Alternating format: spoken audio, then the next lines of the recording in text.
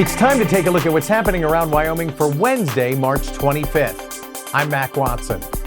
A Union Pacific engineer has been charged with being on drugs while driving a train loaded with 16,000 tons of hazardous materials across eastern Wyoming.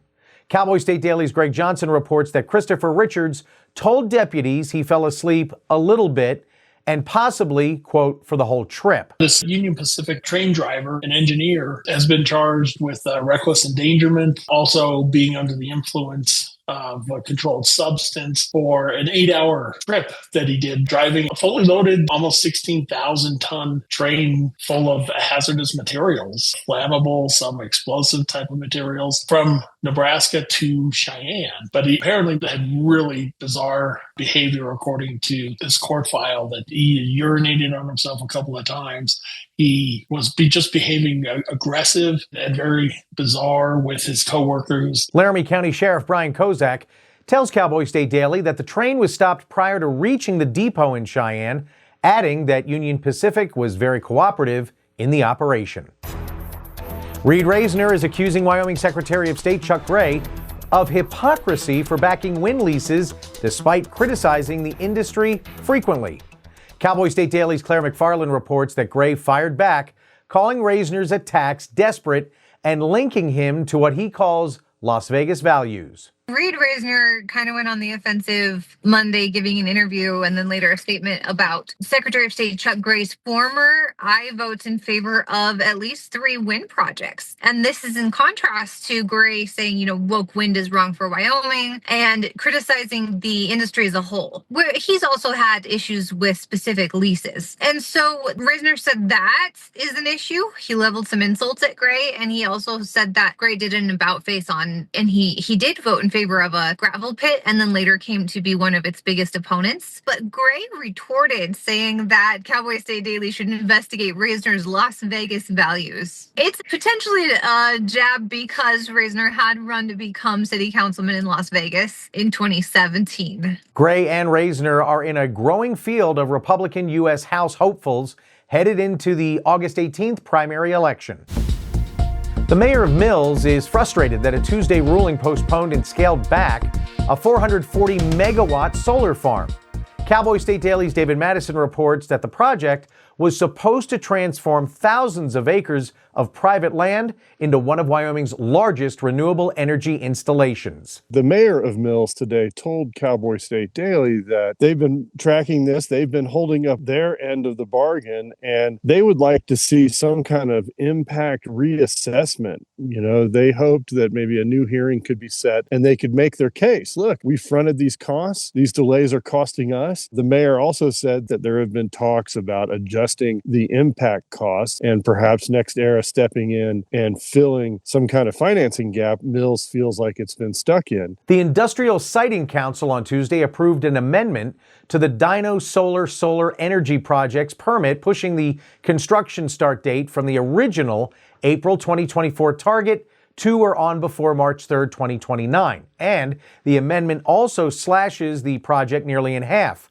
from approximately 3,500 acres to roughly 2,400 acres. Don't count Wyoming meteorologist Don Day as a believer in a much-repeated forecast for a super El Nino.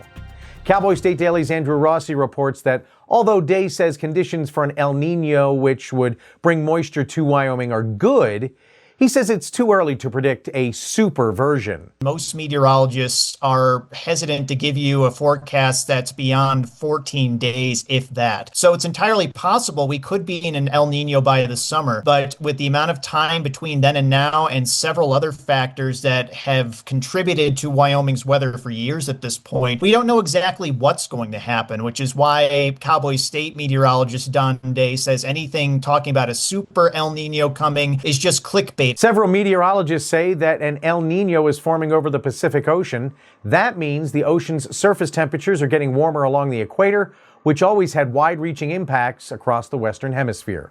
I'll be back with more news from Cowboy State Daily right after this. Out here, everything takes longer. The miles in between teach patience. They teach you what's worth driving for. In Wyoming, miles are how we measure love. The distance you'll go to help a neighbor. to pick up your kid from an activity, or to visit someone you care about. That's why Hilltop Bank rides with you through every mile.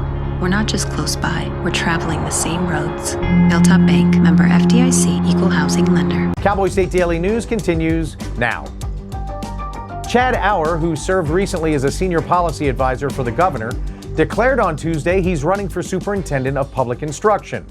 Cowboy State Daily's Claire McFarland reports that Auer says he hasn't sought any endorsements yet, but the governor has encouraged him to run. Chad Auer has been working for the governor recently. He's got his Juris Doctorate. He's got experience in public education. He's got experience in government. And so you add him into this race where we already have Tom Kelly, a PhD, a state representative, a college professor, and you have really a heavyweight race.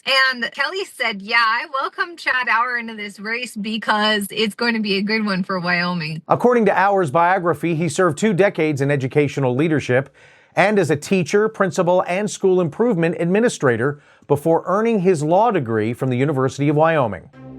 The 2,000-acre Haystack Solar project that faced strong opposition from Natrona County residents last year is back. Cowboy State Daily's Dale Killingbeck reports that on Monday, project leaders were told by residents of the area that resurrecting the project will be a, quote, battle. A company representative told us that they waited a year to just let things settle, but now they're back. And obviously, they've probably been working behind the scenes to revise the project a little bit. They said they work with the Wyoming Game and Fish Department to try and make wildlife corridors better in the project. That was one concern that residents had. But there's still concerns about fire, about water, about the distance for fire, if there is a fire, for trucks to get out there. So there's a lot of the same issues that residents are concerned about. The initial project involved just over 2,000 acres on the private ranch land, but the revised project adds 160 acres to avoid conflict with a neighboring rancher whose cattle grazing would have been affected by the former site plan. It took about 4 hours and a SWAT team from Campbell County to capture a reportedly armed Newcastle man on Monday. Cowboy State Daily's Greg Johnson reports that Brandon Seuss was wanted on a warrant for a parole violation and now faces up to more than 10 years in prison. When they went to get him, he locked himself in his house. And then he said, I've got a weapon here. I'm going to use it. And at that point, with the threat of, a gunplay coming in, they called in the Campbell County SWAT team. They sent their SWAT team out, had their big bulletproof shields, were able to go in, and they got the guy out. Now, the guy didn't come out peacefully. It ended peacefully, but the guy didn't come out willingly. They had to go in and get him. And during about a 4-hour standoff with police. As for Seuss, aside from the warrant for a parole violation, he now faces 2 additional charges of interference with a police officer. Each spring, western tiger salamanders emerge from their burrows in Laramie's neighborhoods to reach Labonte Parks Pond in one of Wyoming's least known migrations.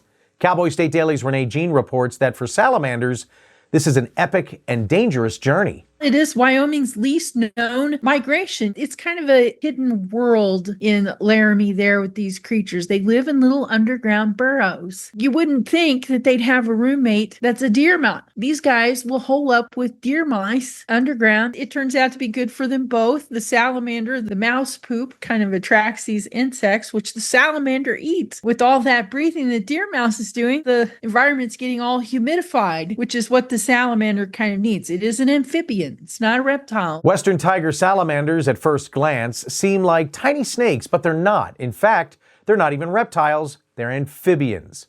And that's today's news. Get your free digital subscription to Wyoming's only statewide newspaper by hitting that daily newsletter button at cowboystatedaily.com. And you can watch this newscast every day by clicking subscribe on our YouTube channel or listen to us on your favorite podcast app. Thanks for watching. I'm Mac Watson for Cowboy State Daily.